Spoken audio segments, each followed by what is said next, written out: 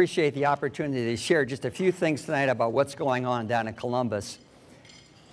I'm sure that most of you have heard about the infamous Senate Bill 5, and that's mainly what I want to talk about. I'll just jump right in here. I don't want to hold things up. Josh Mandel is going to be speaking, and certainly you'll want to hear from Josh. He's a fantastic speaker, and he always has some great things to say. But Senate Bill 5 is critically important, and I'll tell you why I supported it in Columbus and why I hope you end up supporting it after this evening as well. As you know, currently in Ohio, there's a $6 to $8 billion budget hole. We have to deal with that problem. Unfortunately, well, actually, fortunately, we don't have a basement somewhere under the State House where they print huge volumes of money like they do in Washington. We actually have to balance our budget here in Ohio. So the reality is, in order to solve this budget problem, we have to either raise taxes or cut spending. Well, I'll tell you, in this General Assembly, we are not going to raise taxes. That's not going to happen. So our only real option is cutting spending. It's just some interesting facts to let you know where Ohio has been and where we need to go. Since the year 2000, Ohio has lost over 600,000 jobs in the private sector. That's 600,000 jobs. That's amazing. That's just absurd. That cannot continue. During that same period of time, it's interesting to note that in the public sector, jobs have remained basically steady and stable. There's been almost no reductions in employment in the public sector. During the same period of time, union public worker wages have increased more than 17% faster than the wages of those in the private sector. So not only do we have far less people supporting the public sector, but those in the public sector have gotten significant increases in wages that those in the private sector have not gotten. So we're in desperate times. The problem is not that public sector workers are bad people. On the whole, they do a great job. They're wonderful people. We need those folks.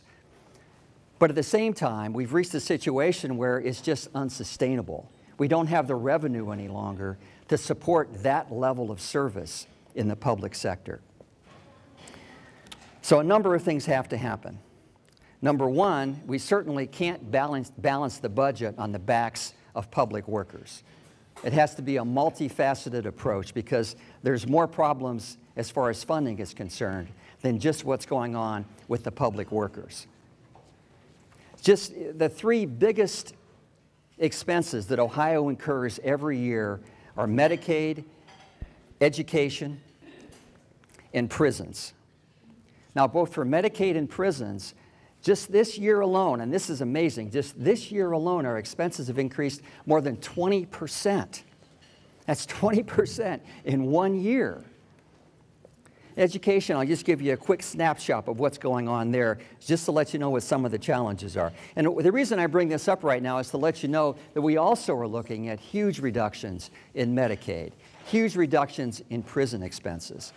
So in every arena, not just public employment, these are things that we have to deal with in Columbus, things we're facing as a state together, actually. But in the educational arena, a quick snapshot. In 2010, Ohio spent more than $18 billion on education. That's a huge figure. If you consider that means on a per capita basis, the average adult in Ohio spent more than $2,000 on education.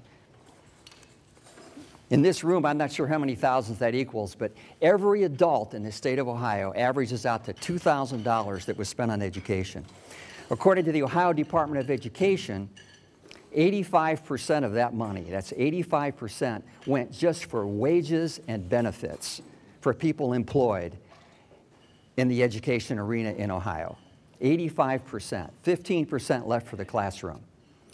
ODE projects that by the year 2015, and this is what's really scary about these numbers, by the year 2015, we're just talking 4 years from now, that figure will have risen to 96%.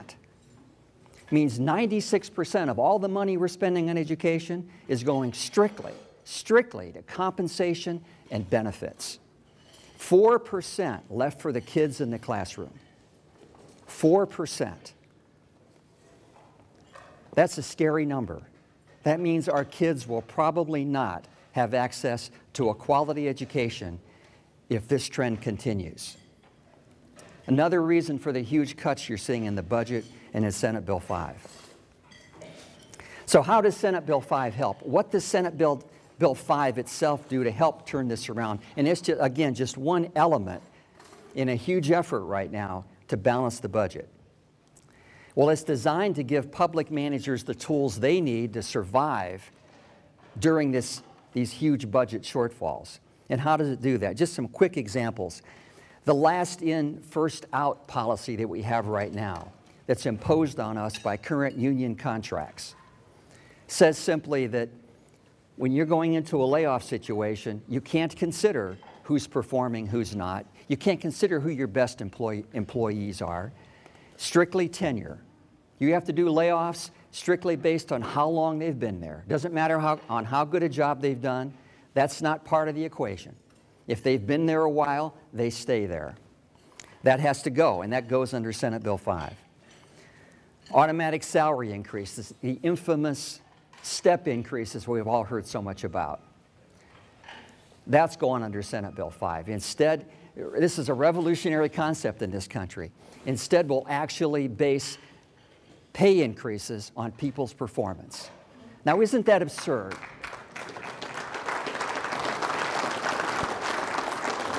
Now, this is something, when I first heard about it, and I wasn't aware of this until this session down in Columbus, but currently in Ohio, many of our public employees don't pay the employee share of their health care. Now, I don't even know why they bother to call it the employee share, because in many cases, the employer, the taxpayers, picks it up entirely. So the employees don't pay a penny toward their health care. That's ridiculous. And in some municipalities and some school boards, they don't even pay their deductibles. So what Senate Bill 5 says is that the employees will now pay 15% of their health care. Now, I'm being told that's just absurd, that's just outrageous, that's just too much. But if you look at the private sector, the average person pays 22 to 30% of their health care coverage. 22 to 30%. And we're asking for 15, and we're being told that's draconian. That's just too much. It's unbearable. The same in the pension plans. Currently, the employee portion of most pension plans is about 10% in Ohio. But we have many situations where the employers, the taxpayers, picks up the whole share of the employer's portion. Can you imagine that in the private sector? You're on Social Security, like I've been on for the last 30 years. I operate a small business near here. I pay just over 7% of my employees Social Security, and they pay the other 7%. I never would have imagined one of them walking in and saying, please pay my share of Social Security. That just doesn't happen.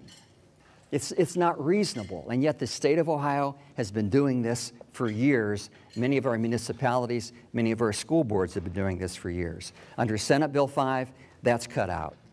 Finally, you've probably all heard that Senate Bill 5 is just a terrible attack on public unions and on public employees. That's simply not the case. Under Senate Bill 5, public employees will still have every opportunity to join the union.